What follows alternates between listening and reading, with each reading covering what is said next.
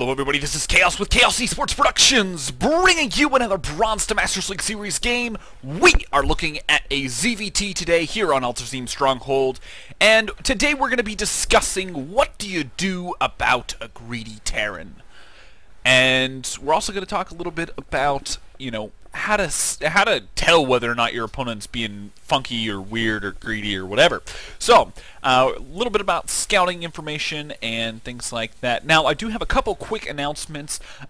This will probably be going live Wednesday evening, Thursday morning-ish. Friday at 8 p.m. Eastern Standard Time, I will be casting a show match for No Dice Gaming on my Twitch channel. There's a Team Liquid post that I will put probably in the description, so you can check that out. I believe it's going to be Ghost versus someone. I don't think they've announced who he's going to be playing. But anyways, it's going to be a show match. I think there's $100 on the line. Should be fun to watch. Feel free to come out and check that out. It will be a best of 7. So yeah, so should hopefully see some pretty interesting games from that.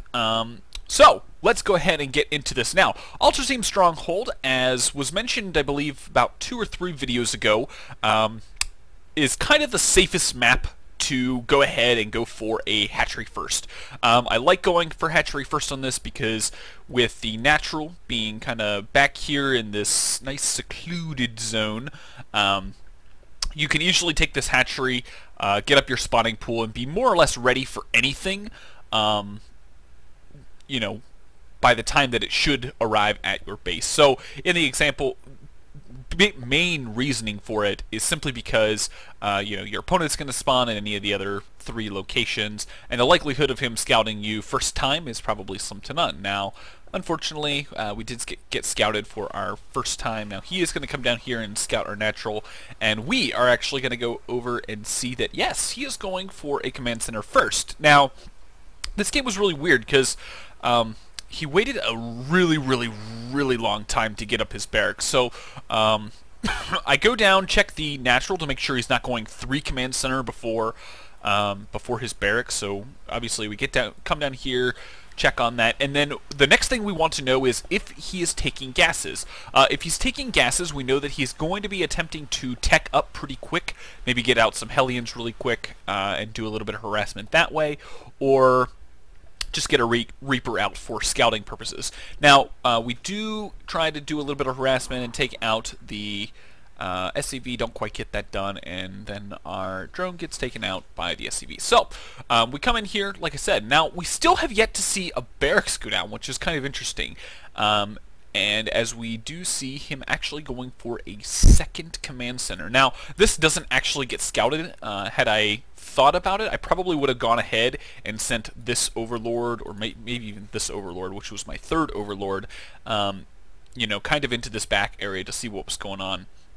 But anyways, since we know he's playing a little bit more greedy and his barracks timing is a little bit off, we're going to go ahead and get our extractor up and 3 guys into that so we can get a very early speed, and then we're going to plant down our Bangling nest accordingly. Now, I'm not sure if I'm going to have the show notes out at the same exact time as the video. I'm going to try and do that as much as possible. Show notes will be down in the description below. Feel free to check those out for the build order, timings, things like that. So yeah, so at this point we're pretty much just happily droning up.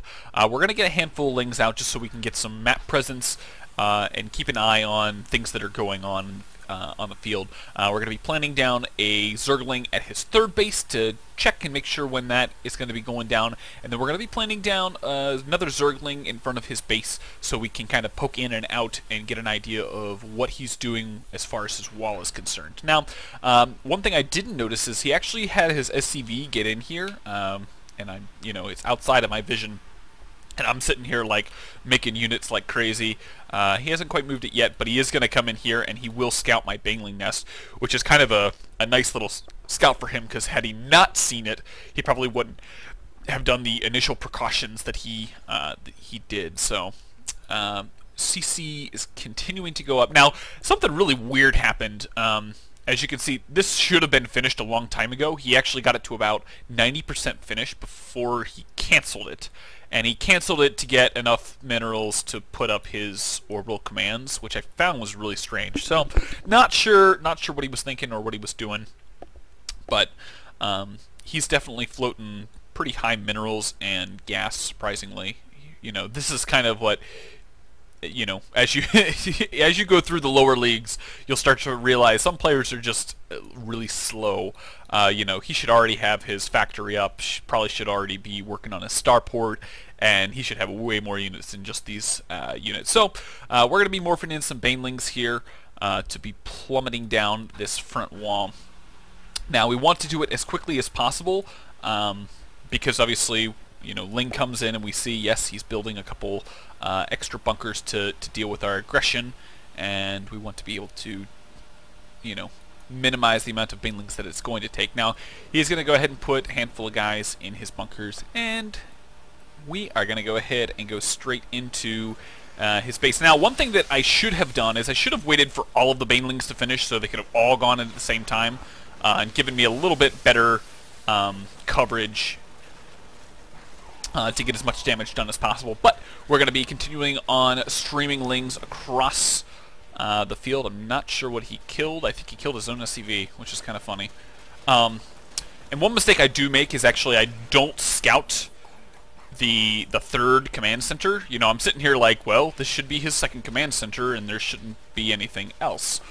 But just so happens that there is another command center down here. Now, behind this, we're basically just going to continue on trying to hit our larva injects and, you know, being comfortable putting on the aggression. I tried to warp in a handful of banelings and didn't quite work out. But gonna get a few more SCV kills. Now, what makes this so potent is, you know, we look at the SCV count difference. You know, we're 16 drones ahead of him. We're pretty confident that we're, you know, doing pretty good. Don't really need to worry about a whole lot. Excuse me. So I'm going to be morphing in a handful more banelings to continue applying the pressure. And basically at this point we're just going to be focusing on you know, letting that aggression go on while we get up our drones and go ahead and take our third base, as well as we'll be getting our lair here shortly. So go in here, take down as much as we can, leave just a handful of lings to try and do. Go ahead and bring this one back just to morph a baneling in, why not? So yeah, so we're pretty comfortable where we're at, speeds up. The game's more or less over, and we kind of have, you know, we can play this however we would like. If we want to go ahead and macro up and, you know, maybe go ahead and get Mutalisk or something like that, that is definitely a possibility, but personally I'd just rather go ahead and put myself into a position where I can just win the game. Baneling's like, oh, I need to hit something. All of his SCVs are just chilling out here, and yeah, we're basically, you know, basically at this point we're pretty confident that we're moving across the field, just going ahead and taking that out. I believe we got, yeah, more lings on the way, 24 more lings, there we go. And yeah, I think that's all I really wanted to say about this video. So, interesting game. It's nice to be finally playing some high silver gold players. So I would think that we're going to be hitting a gold promotion here shortly. I know it's only like episode 7-ish for the Zerg, but definitely been doing pretty good.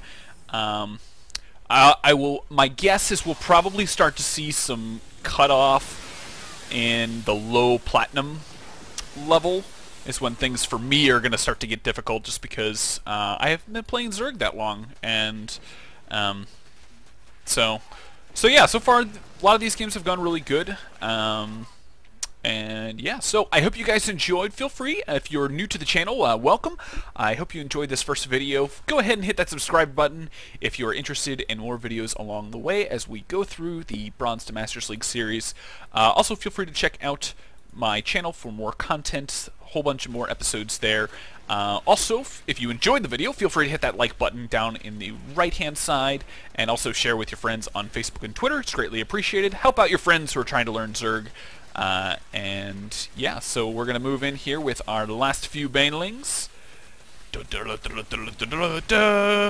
And he's going to go ahead and leave. So, I hope you guys enjoyed, and I will see you guys in the next game.